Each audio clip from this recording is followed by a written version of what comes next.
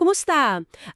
Naranasan mo na ba yung pakiramdam na parang may kulang sa pananampalataya mo? O kaya yung feeling na, okay, ligtas na ko, pero parang hanggang doon na lang. Parang tapos na. Galing sa source material natin ngayon, etong The Three Movements of Grace, may mahalaga tayong bubuksan tungkol dyan. Oo, tama ka dyan. Kasi madalas ang tingin talaga sa kaligtasan parang one-time transaction lang, no? Pero ang sabi nga dito sa ating binasa, hindi siya one-shot deal.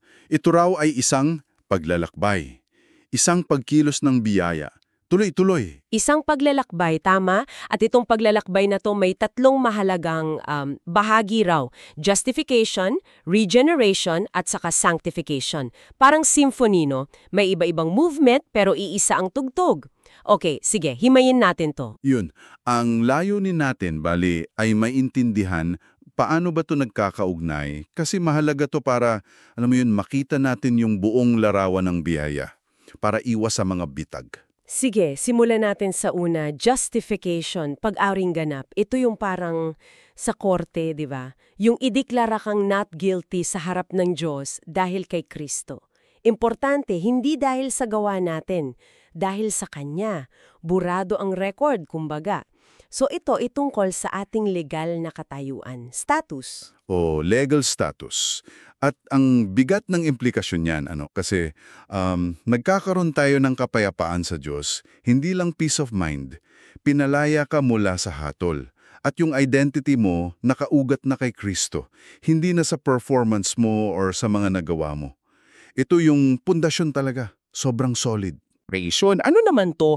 Kung yung una status, ito naman daw tungkol sa ating kalikasan, nature. Yung binanggit na heart transplant, pusong bato pinalitan ng pusong laman? Eksakto. Yan yon.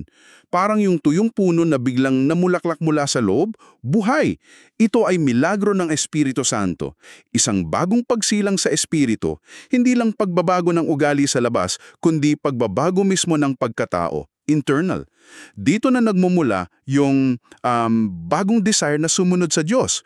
Yung gusto mo nang gawin yung tama. At mahalaga to, ayon sa source, gawa ito ng Diyos lang. Monergistic daw. Walang ambag yung tao sa mismong moment na yon. Biyaya niya lahat. Wow, so hindi pala ito self-help lang or alam mo yun, sikap lang. Galing talaga sa Diyos, yung simula ng pagbabago sa loob. Okay?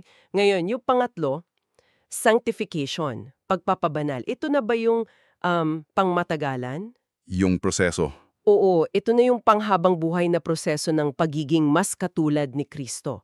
Kumbaga sa takbo, hindi to sprint. Ito yung marathon. Dito, yung biyaya, para na siyang coach natin, tagapagsanay, kasama natin sa araw-araw. Ah, okay. So, kung may training, may parte na tayo dito. Ibig sabihin, hindi na to parang yung regeneration na Diyos lang ang gumagawa? Magandang punto yan. Dito kasi sa sanctification, nagiging synergistic. May pakikipagtulungan na tayo sa espiritu, may effort na tayo, may pagsisikap, may paglaban sa kasalanan, pag-aaral, pananalangin, pero at iba yung susi, lagi pa ring nakasandal sa power ng Diyos. Yung kapangyarihang bigay niya sa regeneration. Kaya hindi to legalismo. Yung parang napipilitan ka lang sumunod dahil takop ka or para maging accepted. Hindi rin ito yung pagiging kampante na okay na ako, automatic na to, kahit wala kang ginagawa. Hindi. Ito yung paghubog ng karakter natin, katulong ang espiritu. Okay, ang linaw. So, justification, legal status, tapos na, gawa ni Kristo. Regeneration, bagong kalikasan, gawa ng Espiritu. Instant. Sanctification, paghubog ng karakter, panghabang buhay, may cooperation tayo sa Espiritu. Tama ba? Tama, ganun nga. At yung pila ka point siguro dito, makita natin na iisang biyaya lang ito na kumikilos tatlong paraan. Yung justification, parang tinitingnan yung nakaraan mo, nililinis. Yung regeneration, binibigyan ka ng power para sa ngayon. Yung sanctification, hinuhubog ka para sa bukas. Kapag naintindihan natin itong buong daloy, maiiwasan natin yung legalismo sa isang banda o yung pagiging passive o kampante sa kabila. Kailangan balanse. Kailangan yung tatlo. Oo nga, malinaw na hindi lang pala isang iglap ang kaligtasan, hindi lang pagbukas ng pinto. Ito ay isang buong paglalakbay, isang symphony ng biyaya na may tatlong mahalagang pagkilos: justification, regeneration, sanctification. Kaya ang tanong siguro para sa'yo na nakikinig, saan ka kaya sa paglalakbay na ito? Kumusta ang pagtingin mo sa biyaya? Tinitingnan mo ba to bilang isang nakaraang event lang o bilang isang aktibong presensya at kapangyarihan sa buhay mo ngayon? Every day. At ito pa isang huling maiiwan sa ating pag-iisip. Ang biyaya pala ay hindi lang isang bagay na tinanggap natin noon. Ito ay isang bagay na ating pinamumuhayan. Araw-araw. Ito yung atmosphere natin, kumbaga. So ano kaya ang pwedeng magbago?